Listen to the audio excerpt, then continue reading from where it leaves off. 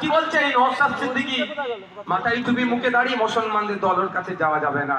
আর যখন কৃষ্ণনগরের এই শহরের ওপরে ওয়াকফ সম্পত্তি বিহাত হচ্ছে, বিভিন্ন সরকারের আমলে ওয়াকফ সম্পত্তি চুরি হচ্ছে, সেই সম্পত্তিও হস্তান্তরযোগ্য নয়, আমাদেরকে যদি সুযোগ দেন আগামী দিনে এই একইভাবে ওয়াকফ সম্পত্তি উদ্ধার করব, তখনই রাজ্য সরকার ভয় পাচ্ছে।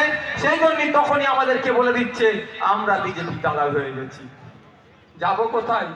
আমার অঞ্জনা মা কি না, অঞ্জনী মা এদিকে আসেন আর আপনি এদিকে আসেন, দুটো উদাহরণ দিয়ে শেষ করে দেবো। আমার রাইট সাইডে আমার অঞ্জলি দাস মা, রাইট সাইডে, লেফট সাইডে আফরোজা মা। আমাকে বলছে হিন্দু মুসলমানের রাজনীতি করতে আমার দ্বারা সম্ভব নেই। আমার মায়ের ছেলেরও চাকরি চুরি গেছে, অঞ্জনা মায়েরও চাকরি চুরি গেছে, আমার আফরোজা মায়ের ছেলেরও চাকরি চুরি গিয়েছে। তো আমার লড়াইটা হচ্ছে আমার দুটো মায়ের ছেলেকে চাকরিটা বুঝিয়ে দেওয়া। তাতে আমাকে সাম্প্রদায়িক বলুক, মৌলবাদী বলুক, বিজেপির দালাল বলুক, অমুকের দালাল বলুক, যা সার্টিফিকেট দেবো আমার দেখার দরকার নাই।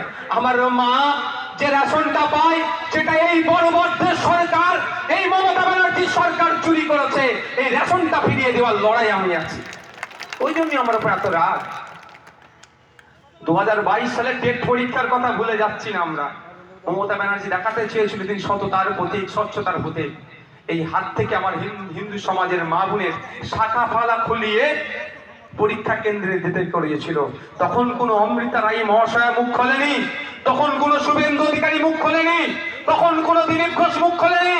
এই যাকে দাঁড়ি টিপি বলে দেখে দেওয়ার চেষ্টা করছে সর্বপ্রথম নওশাদ সিদ্দিকী কেন আমার হিন্দু সমাজের মা বোনের হাত থেকে শাখা ফালা খুলিয়ে পরীক্ষা কেন্দ্রে ঢুকালো, তার বিরোধিতা করেছি।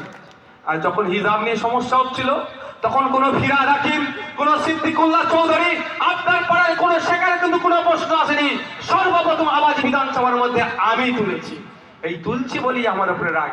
একদিকে আমার হিন্দু মায়ের কথা বললে, একদিকে মুসলমান মায়ের কথা বললে, কখনো মুসলমানদের দল হয়ে যাচ্ছি, কখনো বিজেপির দালাল হয়ে যাচ্ছি। তবে একটা কথা আমি বলি, আমি প্রকাশ্য বলে যাচ্ছি, মহুয়া মিত্র মহাশয়ের কানেও পৌঁছে দেবেন, যদি পারে বিজেপির কাছ থেকে টাকার লাইনটা উনি করে দিক। কি বলছি?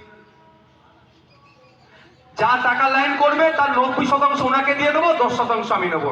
সকলে ভালো থাকুন, সুস্থ থাকুন।